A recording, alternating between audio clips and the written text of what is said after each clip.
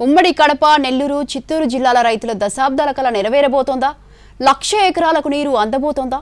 శ్రీకాళహస్తి, వెంకటగిరి, నగరి నియోజకవర్గాల మంచినీటి ఇక్కట్లు శాశ్వతంగా తిరగనున్నాయా? ఇంతకీ సీమ ప్రజలు దశాబ్దాలుగా ఎదురుచూస్తున్న ఆ ప్రాజెక్ట్ ఏమిటి?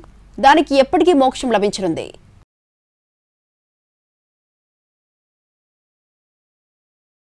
ఉమ్మడి కడప, నెల్లూరు, చిత్తూరు జిల్లాలోని 1,00,000 ఎకరాలకు నీరందించేందుకు గాలేరు నగరి ప్రాజెక్టుకు రూపకల్పన జరిగింది.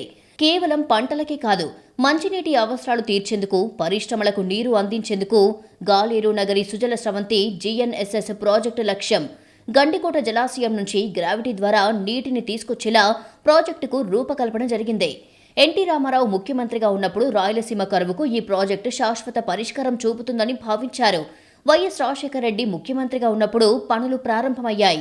254 కిలోమీటర్ల ప్రధాన కాలువ నిర్మాణ పనులకు 2005లో టెండర్లు పిలిచారు. తర్వాత భూసేకరణలో జాప్యం వల్ల పనులు ఆగిపోయాయి. అయితే కూటమి ప్రభుత్వం అధికారంలోకి వచ్చాక హంద్రనీవాతో పాటు గాలేరు నగరి ప్రాజెక్టును ప్రతిష్టాత్మకంగా తీసుకుంది. వచ్చే ఆగస్టులోనే గాలేరు నగరి సుజల స్రవంతి GNSS పనుల విషయంలో కీలక అడుగులు పడనున్నాయి. అలాగే అసంపూర్తిగా ఉన్న ఆల్తూరుపాడు రిజర్వాయర్ పనులను పూర్తి చేసేందుకు ఇప్పటికే పరిపాలనా అనుమతులు మంజూరు చేసింది ప్రభుత్వం. ఈ రిజర్వాయర్ అందుబాటులోకి వస్తే GNSSకు నిరంతరాయంగా నీరందుతుంది. కూటమి ప్రభుత్వం తీసుకున్న తాజా నిర్ణయంతో ఉమ్మడి చిత్తూరు జిల్లాలో దాదాపు 1,00,000 ఎకరాలకు సాగునీరు అందుతుంది. ప్రాజెక్టు మొత్తం పూర్తయితే గాలేరు నగరి ప్రాజెక్టు కింద 38 TMC మిగులు నీటిని శ్రీశైలం జలాశయం నుంచి తీసుకుని ఉమ్మడి కడప, చిత్తూరు, నెల్లూరు జిల్లాలో 2,60,000 ఎకరాల ఆయకట్టుకు సరఫరా చేసే వీలు ఉంటుంది. అలాగే తీవ్ర మంచినీటి ఎద్దడిని ఎదుర్కొంటున్న శ్రీకాళహస్తి, వెంకటగిరి, నగరి నియోజకవర్గాల్లోని లక్షలాది మంది దాహార్తి తీరుతుంది. ఉమ్మడి కడప, చిత్తూరు జిల్లాలోని 640 గ్రామాల్లో 10 లక్షల మందికి స్వచ్ఛమైన నీరు లభిస్తుంది.